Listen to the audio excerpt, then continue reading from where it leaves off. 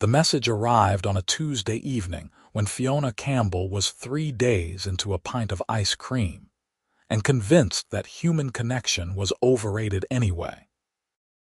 She had signed up for the Pen Pal website on a whim after her sister Maya insisted she needed to stop talking exclusively to her houseplants. And now her laptop pinged with a notification that someone had actually responded to her profile. She opened the message with low expectations.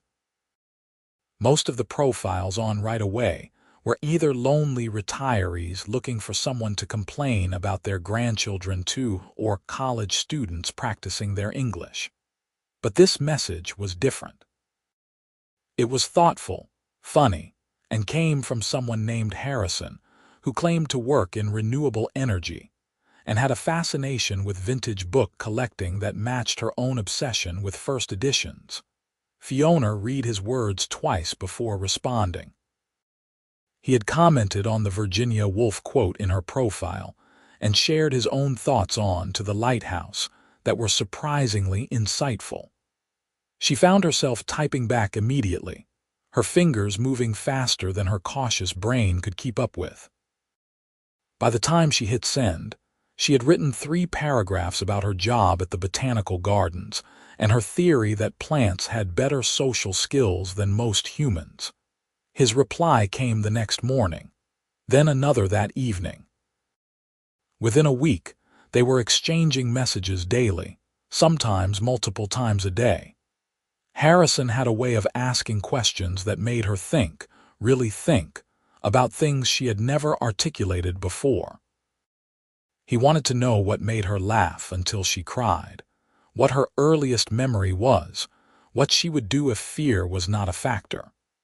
And he answered her questions with equal depth, revealing a man who seemed genuinely interested in understanding the world from every angle possible. 3 weeks into their correspondence, Fiona realized she was checking her email more often than she checked her phone. She would come home from work, kick off her mud-covered boots, and immediately open her laptop to see if Harrison had written. His messages had become the best part of her day, better than her morning coffee or the moment when she successfully propagated a difficult cutting. "Tell me about your work," she wrote one evening. "You said renewable energy, but what does that actually mean? Are you installing solar panels on roofs or designing wind farms or what?" His response came quickly. "I work more on the business side of things. Investments, project development, that sort of thing. It is not as hands-on as I would like sometimes, but I get to be part of the solution to climate change, which matters to me. What about you? What is it like working with plants all day?" She told him about the greenhouse where she spent most of her time, the rows of orchids she was trying to coax into blooming, the elderly volunteers who came in every Tuesday and knew more about roses than she would ever learn. She told him about the children's program she had started, teaching elementary school kids about photosynthesis through hands-on experiments. She told him things she had never told anyone because they seemed too small or too boring, but Harrison never made her feel like anything she said was insignificant. "You have found your calling," he wrote back. "That is rarer than people think. Most of us spend our whole lives searching for the thing that makes us feel alive. You are lucky." "Are you still searching?" she asked. There was a longer pause before his next message arrived. "I thought I had found it, built something I was proud of. But lately I have been wondering if there is more to life than just work. Does that sound ungrateful? I have been fortunate in my career, but sometimes I feel like I am going through the motions." Fiona understood that feeling. After her last relationship had ended badly 2 years ago, she had thrown herself into work and convinced herself that was enough. But talking to Harrison was making her realize how much she had been hiding from actual human connection. "It does not sound ungrateful," she typed. "It sounds human." The messages continued through April and into May. Harrison told her about growing up in Seattle with a single mother who worked 2 jobs to keep him in private school. He told her about the scholarship that got him into Stanford and the business he had started right out of college with 2 classmates, and a dream that seemed impossible. He told her about the moment they sold their first major contract and how he had called his mother from the office bathroom because he was crying too hard to let his partners see. Fiona told him about her parents' messy divorce when she was 12, about her father who promised visits and never showed, about learning to trust her own company more than other people's promises. She told him about her brother who died in a car accident when she was 19, and how she had planted a garden in his memory that she still tended every weekend. She told him things she had never said out loud because saying them felt like giving them too much power, but with Harrison, the words felt safe. "I wish I could meet you in person," he wrote one night. "I know we agreed this was just a pen pal thing, no pressure, but I feel like I know you better than people I see every day. Is that strange?" Fiona stared at the message for a long time before responding. Part of her wanted to meet him desperately, but another part was terrified that the connection they had built through words would shatter when confronted with reality. "It is not strange," she finally wrote. "I feel the same way, but I like what we have. Can we keep it like this for now?" "Of course," he replied. "I am not going anywhere." But the universe had other plans. In early June, the Botanical Gardens announced a major fundraising gala to support the expansion of the tropical greenhouse. Fiona normally avoided these events because they required small talk with wealthy donors and wearing uncomfortable shoes. But her boss, Patricia, made it clear that attendance was mandatory for all senior staff. The night of the gala, Fiona spent an hour trying to make her hair cooperate before giving up and twisting it into a simple bun. She put on the one black dress she owned that did not have any mysterious stains and drove to the venue with a sense of impending doom. The ballroom was already crowded when she arrived.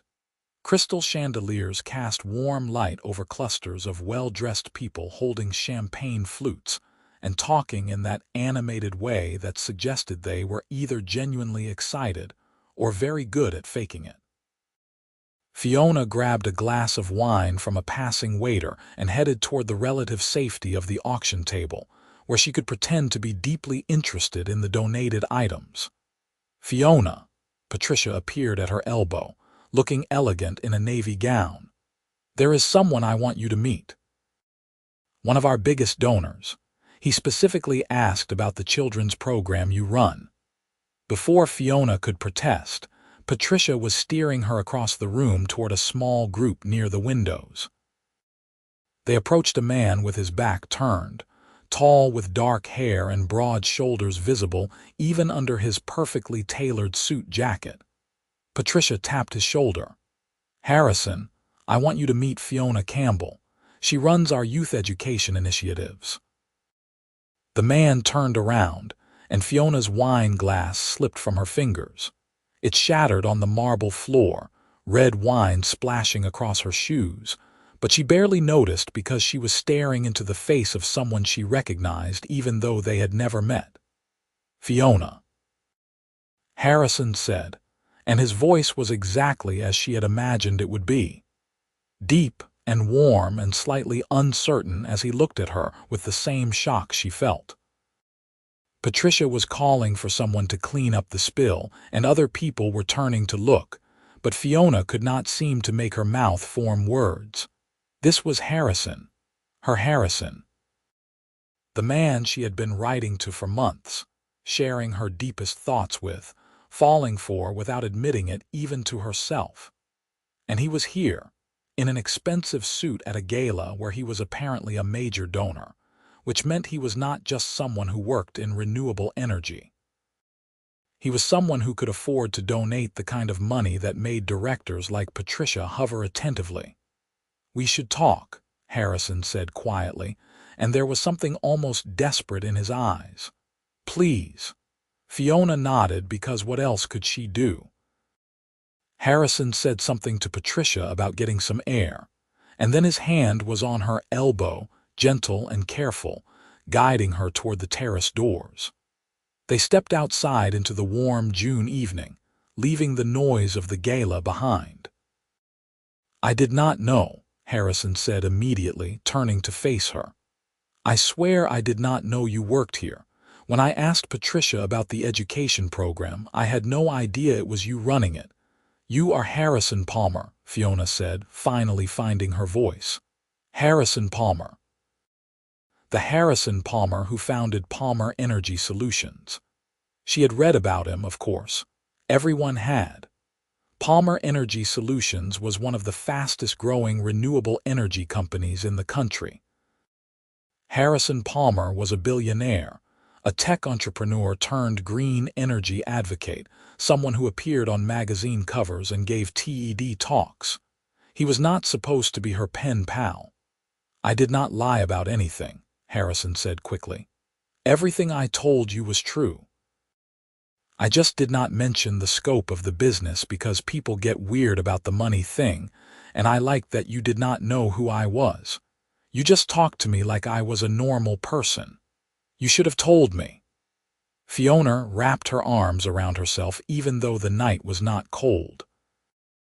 "All those messages, all those conversations, and you never thought to mention that you are basically famous. Would you have kept talking to me if you knew?" Harrison took a step closer. "Be honest.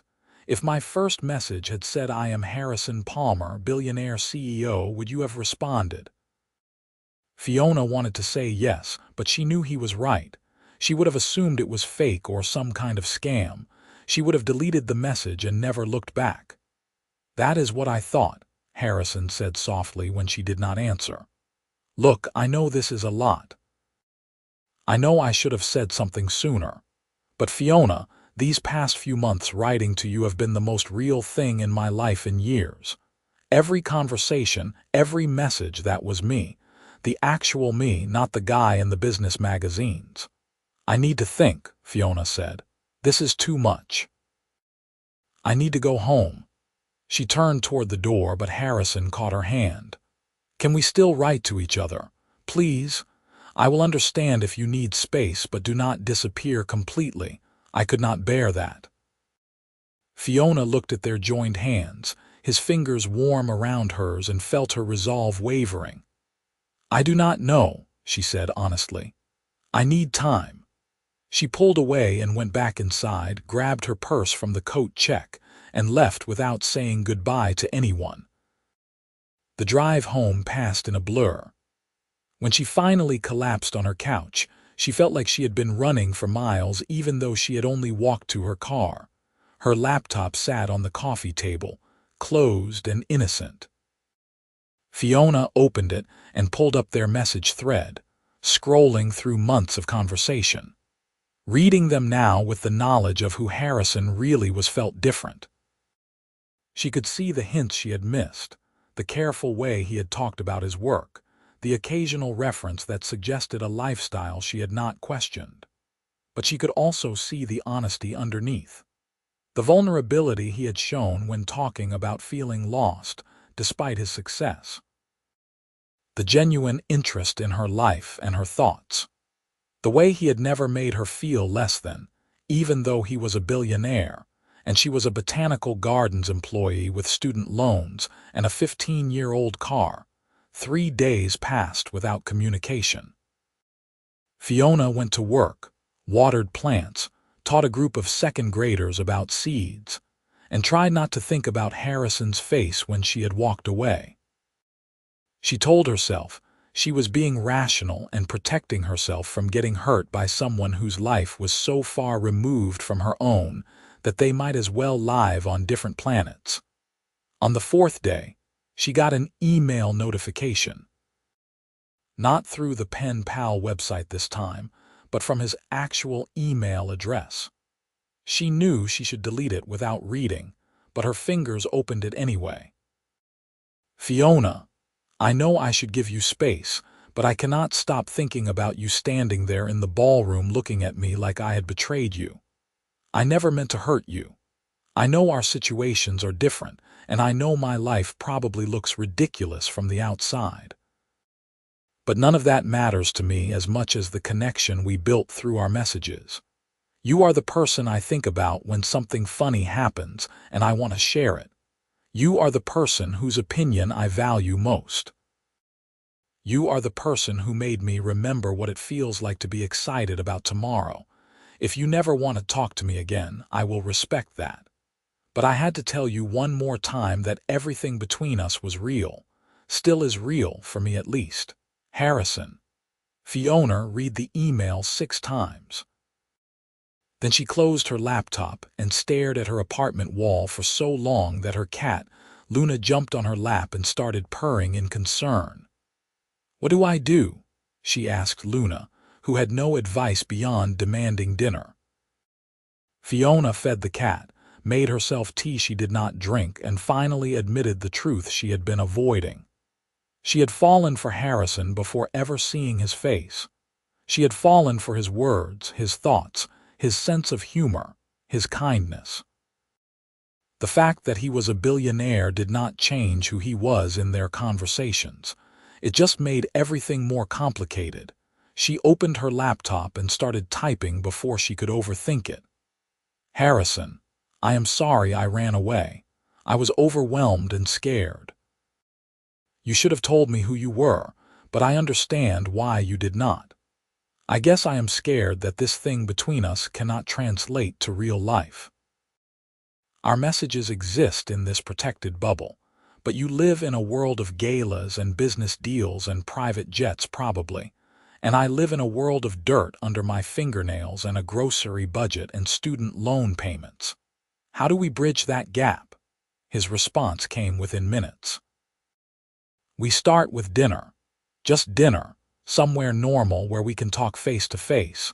Let me prove that I am still the same person you have been writing to. Please, Fiona, give me a chance to show you this can work." Fiona hesitated, her fingers hovering over the keyboard. Every logical part of her brain was screaming that this was a terrible idea, but the part that had fallen for his words, that looked forward to his messages every day, that felt something shift when she saw him in person, was louder. "Okay," she typed. "Dinner. Somewhere normal." They agreed on a small Italian restaurant near the gardens, the kind of place with red checkered tablecloths and candles in wine bottles. Fiona arrived first and immediately regretted everything. What was she doing? This was insane. She should leave right now. But then Harrison walked in, and he was not wearing a suit. Just jeans and a dark blue shirt with the sleeves rolled up, looking somehow both nervous and hopeful. He spotted her immediately, and his whole face lit up in a way that made her stomach flip. "Hi," he said, sliding into the seat across from her. "You are really here." "I almost left 3 times, Fiona admitted. "I am glad you did not." Harrison picked up his menu, then set it down without looking at it. "I practiced what I was going to say on the drive over, but now I cannot remember any of it." "That makes me feel better," Fiona said. "I have been nauseous since I agreed to this." They looked at each other and both started laughing at the same time. It broke the tension enough that Fiona could breathe normally again. "This is weird," Harrison said. "I feel like I know you so well and not at all at the same time." "I know." Fiona traced the rim of her water glass. "Your voice is different than I imagined. Lower." "Your eyes are exactly like I imagined," Harrison said. "I kept trying to picture what you looked like, and I always imagined brown eyes that looked like they were always thinking 3 steps ahead. I was right." The waiter came by and they ordered without really looking at the menu, both too distracted to care much about food. Once they were alone again, Harrison leaned forward. "Ask me anything," he said. "All the things you are wondering but too polite to say. I want to clear the air." Fiona took a breath. "How rich are you exactly?" "Very," Harrison said bluntly. Palmer Energy Solutions is worth about $8 billion. My personal net worth is around $3 billion, depending on stock prices. I have houses I rarely visit and more money than I could spend in 10 lifetimes. It is ridiculous, and sometimes I feel guilty about it, even though I worked hard and took risks and tried to do things ethically. The numbers were so large they barely felt real. Fiona took a sip of water. Do you have a private jet? 2, actually. I share them with the company. They are mainly for business. You date actresses and models. I have been on some dates that ended up in tabloids, yes, but I have not had a serious relationship in over 3 years. Most people who want to date me want to date my bank account or my connections. It gets exhausting trying to figure out who is genuine. He paused. That is why I loved our messages so much. You did not want anything from me except good conversation. I still do not want anything from you, Fiona said. I pay my own bills. I am not looking for someone to rescue me. Good, because I am not looking for someone to impress with money. I am looking for someone who makes me laugh and challenges me and sends me paragraphs about the philosophical implications of photosynthesis. Harrison reached across the table, stopping just short of touching her hand. That is who I am looking for. That is who you are. Their food arrived and they ate while trading the kind of stories that were easier to tell in person than over email. Harrison told her about the disastrous pitch meeting where he spilled coffee all over a potential investor who turned out to have a sense of humor and funded them anyway. Fiona told him about the time she had accidentally locked herself in the greenhouse overnight and had to call the fire department at 3 in the morning. I was wearing my worst pajamas, she said. The ones with the holes in them and the cartoon frogs. It was mortifying. I would have paid money to see that, Harrison said, grinning. You probably could have, Fiona shot back, and he laughed. They lingered over dessert, neither wanting the evening to end. When the waiter brought the check, Harrison grabbed it before Fiona could protest. Let me get this one, he said. You can get the next one if it makes you feel better. The next one, Fiona raised an eyebrow. I am an optimist. Harrison paid cash and stood up, offering her his hand. Walk with me. They ended up wandering through the park across the street, following the lit paths while the sounds of the city hummed around them. Harrison kept his hands in his pockets like he was forcing himself not to reach for her. This is going to be complicated, Fiona said after a while. You know that, right? You have this whole public life and I am just a regular person. People are going to have opinions. Let them, Harrison said firmly. I spent too many years caring what people think. I am done with that. If I have learned anything from building my company, it is that the only opinions that matter are the ones from people who actually know you. Your mother would probably have opinions about you dating someone you met on a pen pal website. My mother would love you, Harrison said. She always tells me I need someone who will call me on my garbage and keep me grounded. You do both of those things. They had circled back to the restaurant parking lot. Fiona's car looked very small and very old next to Harrison's Mercedes, a visual representation of the gap between their lives. I had a really good time tonight, she said, turning to face him. Better than I expected to, honestly. Does that mean you will see me again? Harrison asked. Fiona considered. Every reasonable bone in her body said this was a bad idea. But she had spent 2 years being reasonable and safe and protecting herself, and where had that gotten her? Alone in her apartment talking to plants. Yes, she said, but we take this slow. I need time to adjust to all of this. Slow is good, Harrison agreed. I can do slow. He walked her to her car and waited while she unlocked it. For a moment, they stood there in the awkward space of not quite knowing how to say goodbye. Then Harrison leaned down and kissed her forehead, gentle and brief. Text me when you get home safe, he asked. Fiona nodded, not trusting her voice.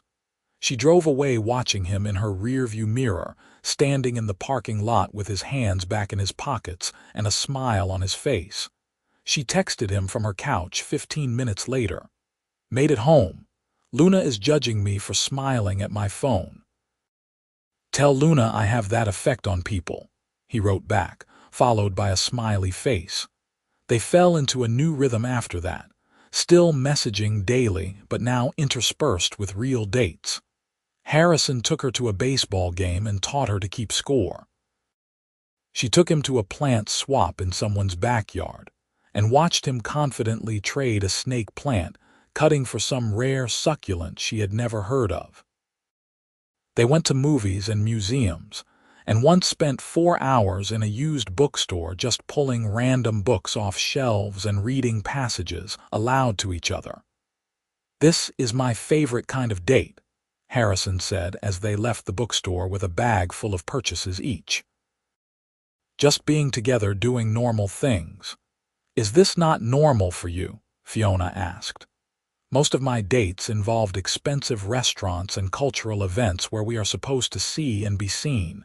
This is better. This feels real." But reality had a way of intruding. The first time Fiona saw a photo of herself with Harrison online, she was completely unprepared.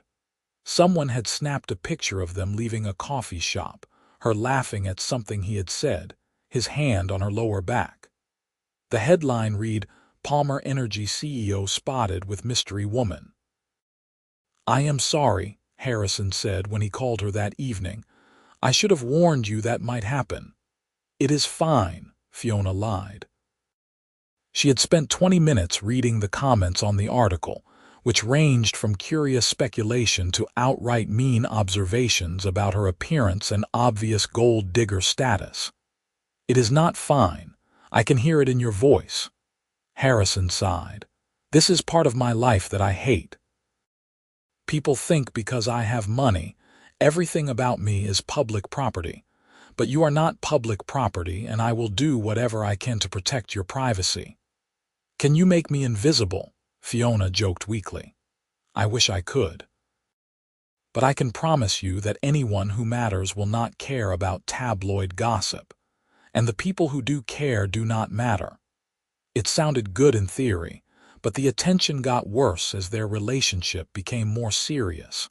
More photos appeared online.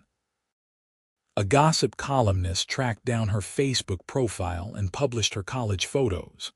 Someone found out where she worked, and reporters started calling the gardens asking for comments. "This is too much," Fiona told Harrison after a particularly brutal week where she had been approached by a blogger in the grocery store. "I did not sign up for this." They were at his house, a stunning modern home in the hills with floor-to-ceiling windows overlooking the city. It was beautiful and impersonal, more like a hotel than a home. Fiona had only been there a handful of times because it made her uncomfortable in ways she could not quite articulate. "I know," Harrison said. He looked miserable. "I hate that my life spills over onto you like this. But Fiona, I am not willing to lose you. Tell me what I can do to make this easier." "I do not know if you can," Fiona said honestly. "Your world is so different from mine. Sometimes I feel like I am play-acting at being someone I am not." "You are not play-acting anything. You are just being yourself, which is all I have ever wanted." Harrison took her hands. "I love you. I have loved you since you wrote me that essay about why ferns are underappreciated. I love your brain and your kindness and the way you see the world. I love that you do not care about my money except when it makes things complicated. I love you and I need you to know that." Fiona felt tears prick her eyes. "You cannot just say that and expect it to fix everything." "I am not trying to fix anything. I am telling you the truth." Harrison cupped her face in his hands. "I love you. You do not have to say it back if you are not ready, but I needed you to know." "I love you too," Fiona whispered.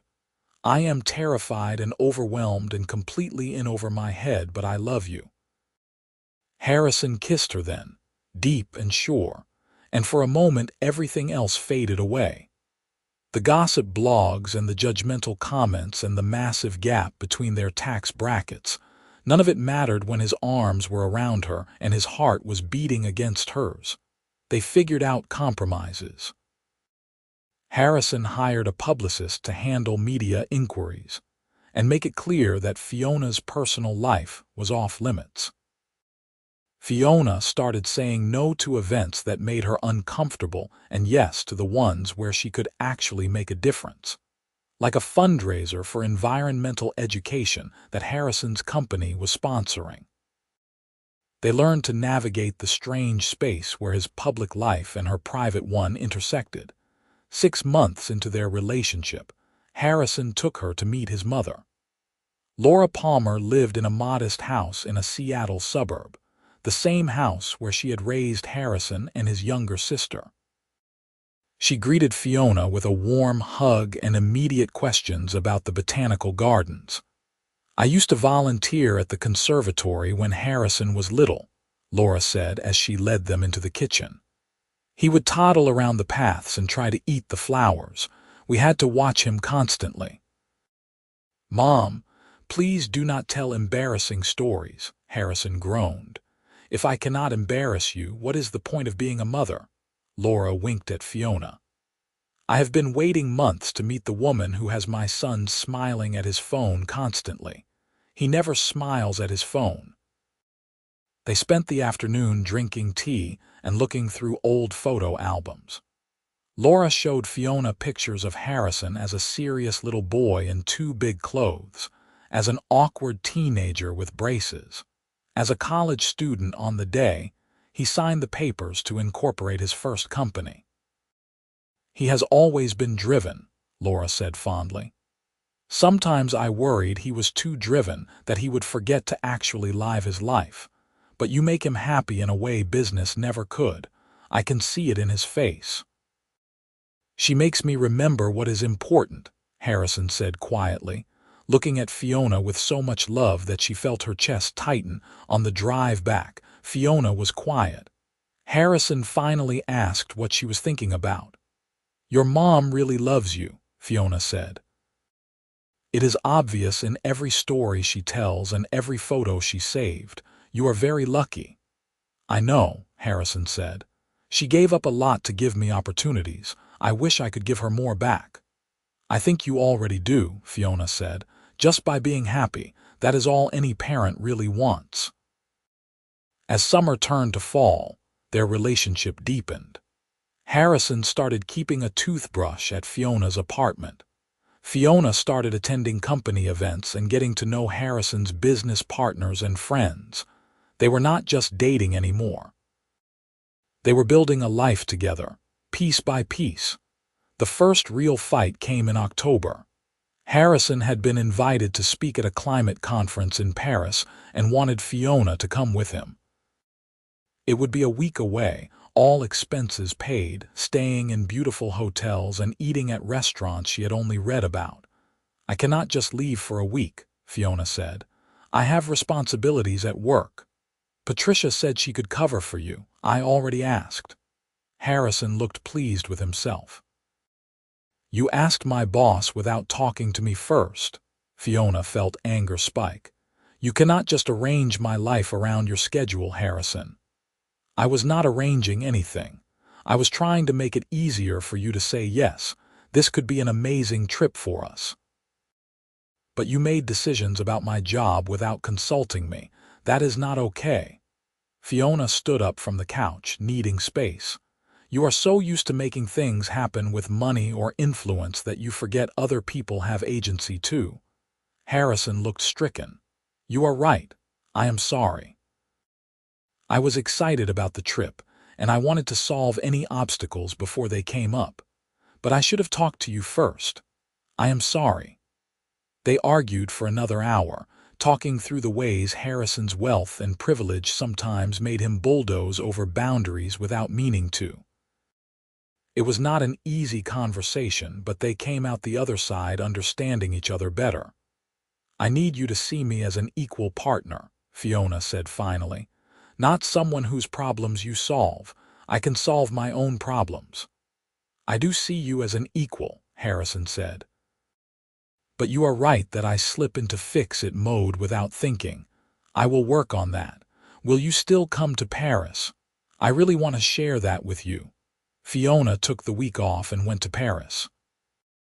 She was nervous about the expensive hotel and the formal dinners, but Harrison held her hand through all of it and made sure she never felt out of place. When he gave his speech about the future of renewable energy, she sat in the front row and felt fierce pride in what he had built and what he stood for. On their last night in Paris, they had dinner at a small bistro away from the conference hotels. Harrison ordered in surprisingly good French, and they shared a bottle of wine and the kind of comfortable silence that came from really knowing someone. I have been thinking about something, Harrison said as they finished dessert. I know we have only been officially together for 8 months, but I have known you for over a year if you count our messages.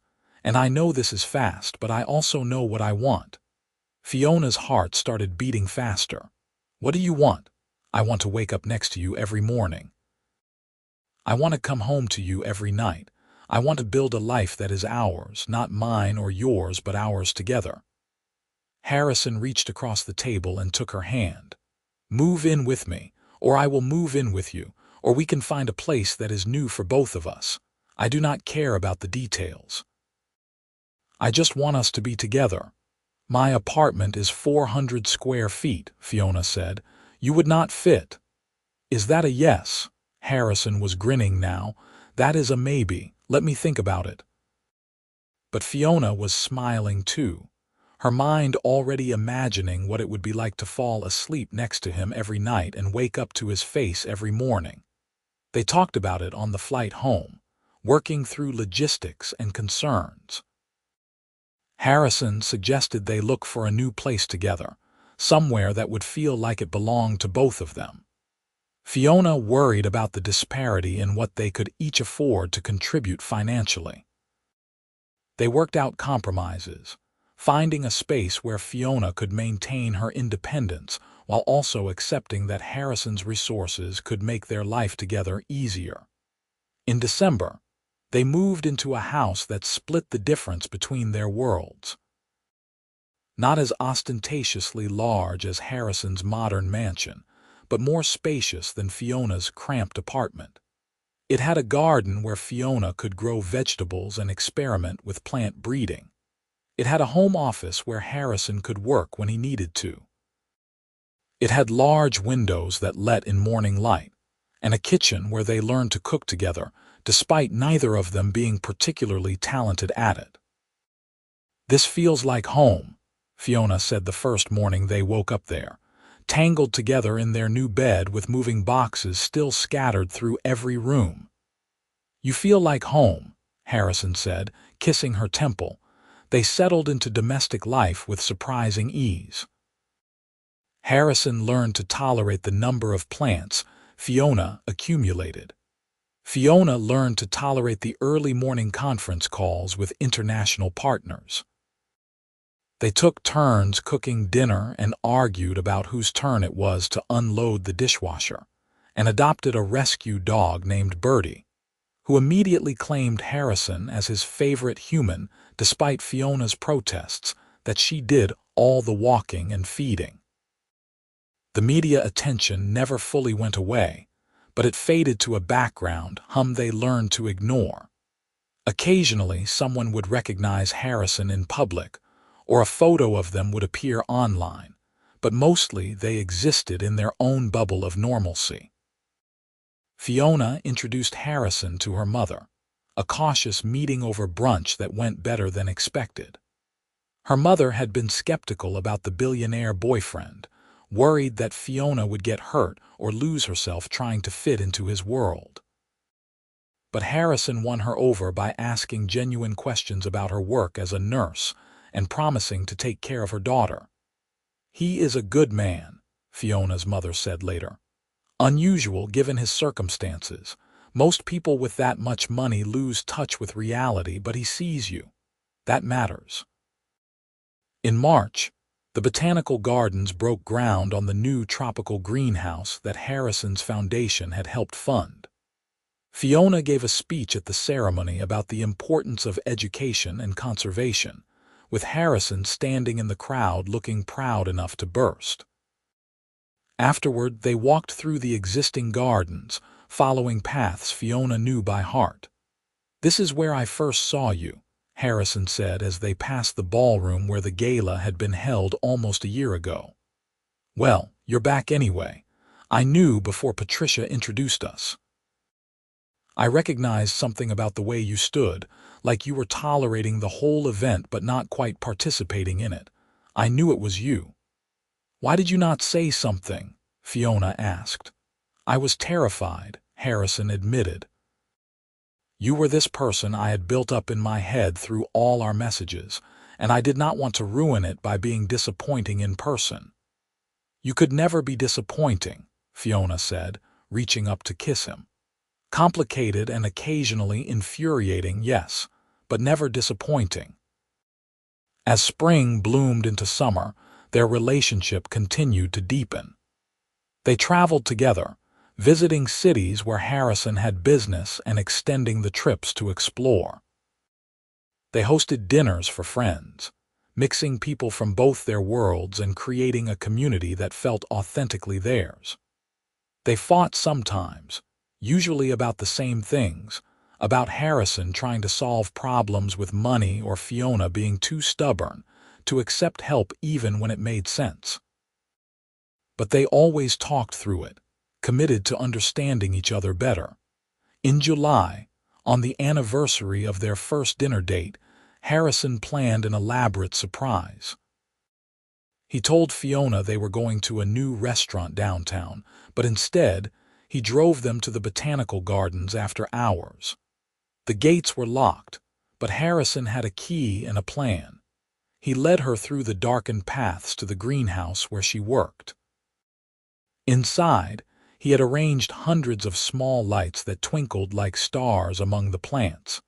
In the center was a table set for two, with flowers from the garden and the Italian food from the restaurant where they had first met in person. "How did you do this?" Fiona asked, spinning around to take it all in. "I had help from Patricia and about 6 of your co-workers. I called in a lot of favors." Harrison pulled out her chair. "Sit, we are celebrating." They ate dinner surrounded by plants and soft light, talking about the past year and how far they had come. Harrison told her about a new project his company was developing, a solar initiative in rural communities that could bring clean energy to places that needed it most. Fiona told him about the grant she had written to expand the children's program, and how nervous she was waiting to hear back. When they finished eating, Harrison stood and offered his hand. "Dance with me." "There is no music," Fiona pointed out, but she took his hand anyway. "Then we will make our own." Harrison pulled her close, and they swayed together in the quiet greenhouse, the only sound their breathing and the gentle hum of the ventilation system. After a few minutes, Harrison stepped back but kept holding both her hands. "I have something to ask you." He reached into his pocket and pulled out a small velvet box. Fiona's breath caught.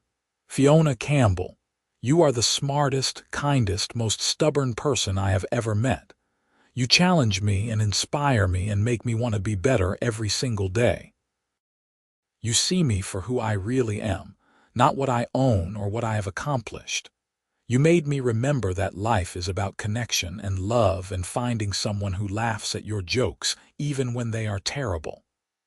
He opened the box to reveal a ring with a simple diamond set in recycled gold. "Will you marry me? Will you let me spend the rest of my life trying to make you as happy as you make me?" Fiona was crying, tears streaming down her face, but she was also smiling so wide it hurt. "Yes. Yes, of course yes."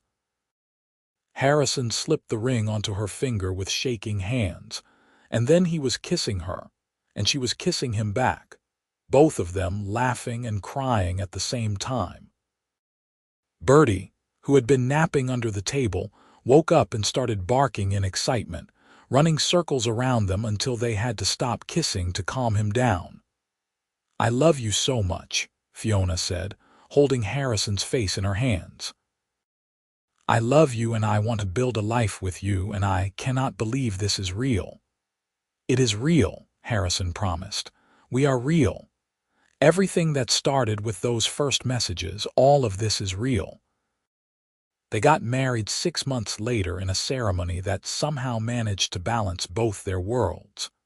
The wedding was at a beautiful venue overlooking the ocean, intimate enough to feel personal but large enough to include everyone who mattered. Fiona's mother cried through the whole ceremony. Harrison's mother gave a toast about how she knew from the first moment she met Fiona that her son had found his person. Maya, Fiona's sister, served as maid of honor and made jokes about houseplints in her speech that had everyone laughing. Harrison's vows talked about pen pal messages and taking chances and finding home in another person. Fiona's vows talked about learning to trust again and letting someone see all of you and choosing love even when it was scary. There was not a dry eye in the venue by the time they kissed as husband and wife. At the reception, they danced their first dance to a song Fiona had mentioned loving in one of her early messages to Harrison. He had remembered and made sure the band learned it. "Did you ever imagine we would end up here?" Fiona asked as they moved across the dance floor. "The moment I read your first response, I knew you were going to change my life," Harrison said. "I just did not know how completely. You are everything, Fiona, everything that matters." They honeymooned in New Zealand. 2 weeks of hiking and exploring and staying in small bed and breakfasts where nobody recognized Harrison or cared about his net worth. They saw glowworm caves and geothermal pools and mountains that made them feel wonderfully small and insignificant. They talked about the future, about what they wanted to build together. "I think I want kids eventually," Fiona said one morning as they watched the sunrise over a lake. "Is that something you want with you?" "Absolutely." Harrison pulled her closer. "I want everything with you. Kids, adventure, boring Tuesday nights on the couch, all of it." When they returned home, they threw themselves into their work and their life together. Fiona's grant came through, and she hired 2 assistants to help expand the education program to more schools. Harrison's company landed a major contract with the government to develop renewable energy infrastructure in national parks. They were both busy, both passionate about their work, but they always made time for each other. A year into their marriage, Fiona found out she was pregnant. She told Harrison by leaving a positive pregnancy test on his pillow with a note that said, "Surprise, we are growing something new." Harrison came running out of the bedroom, test in hand, looking shocked and delighted in equal measure. "Are you serious? We are having a baby." "We are having a baby," Fiona confirmed. And then Harrison was spinning her around and kissing her and already planning the nursery in his head out loud. Pregnancy was not easy for Fiona. She was sick for the first 3 months and exhausted for most of the rest. But Harrison was attentive and patient, bringing her crackers when she felt nauseous and rubbing her feet when they swelled. He went to every doctor's appointment and read pregnancy books and started baby-proofing the house months before they actually needed to. Their daughter was born on a rainy Tuesday in March, small and perfect and loud. They named her Rose after Fiona's grandmother and because of Fiona's love of plants. Harrison cried when he held her for the first time, overwhelmed by the reality of this tiny person they had created together. "She is perfect," he whispered, staring down at Rose's scrunched-up face. "We made a perfect human." "She has your nose," Fiona said from the hospital bed, exhausted but happy. "Poor kid," Harrison joked, but he could not stop smiling. They brought Rose home to the house that now felt even more like a home. Fiona took maternity leave from the gardens. Harrison cut back his travel and worked from home as much as possible. They survived on minimal sleep and too much coffee and the overwhelming love they felt for their daughter. Laura came to visit and held Rose for hours, telling her stories about her father as a baby. Fiona's mother brought casseroles and practical advice.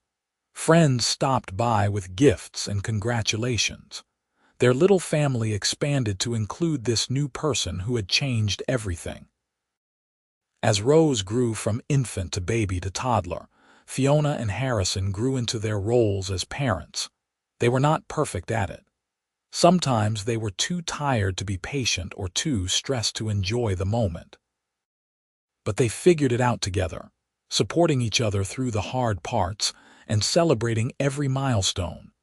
On Rose's second birthday, they threw a party in their backyard. The garden was full of flowers Fiona had planted, and the sun was shining, and their daughter was toddling around showing everyone her new shoes. Harrison stood with his arm around Fiona's waist, watching the chaos with contentment. "Can you believe this is our life?" he asked quietly. "Sometimes I still cannot," Fiona admitted. "Sometimes I remember that first message you sent and how close I came to not responding. Everything would be different." "But you did respond," Harrison said. "You took a chance on some stranger on a pen pal website and it changed both our lives." "Best decision I ever made," Fiona said, turning to kiss him. "Well, second best. The first was saying yes when you asked me to move in." "I thought the first was saying yes when I proposed," Harrison protested. "That is third," Fiona said with a grin. "Then marrying you is fourth, and having Rose is fifth. I have made a lot of good decisions with you." They watched Rose blow out her candles with help from her grandmother, surrounded by people who loved them. Later, after the guests had left and Rose was asleep, Fiona and Harrison cleaned up together, moving around their kitchen in the comfortable rhythm of people who knew each other completely. "I was thinking," Harrison said as he loaded the dishwasher, "maybe we could have another baby. Rose should have a sibling, and we are pretty good at this parenting thing now." "You want another baby?" Fiona asked, surprised. "Only if you do," Harrison said quickly. "I know pregnancy was hard on you. But I love our family, and I love being a dad, and I would love to do it again if you are willing." Fiona thought about it, imagining their house with another small person running around, imagining Rose as a big sister. "Let me finish nursing Rose and get her sleeping through the night consistently, and then we can talk about it." "That is not a no," Harrison said hopefully. "That is not a no," Fiona confirmed. 14 months later, their son Henry was born. He was calmer than Rose had been, content to observe the world with serious gray eyes that reminded Fiona of Harrison's. Rose was fascinated by her baby brother, wanting to help with everything and regularly sneaking into the nursery to check on him. Life with two young children was chaotic in the best way. Their house was always messy, their schedule always packed, their energy always depleted. But they were happy in a deep, bone-level way that neither had quite imagined possible.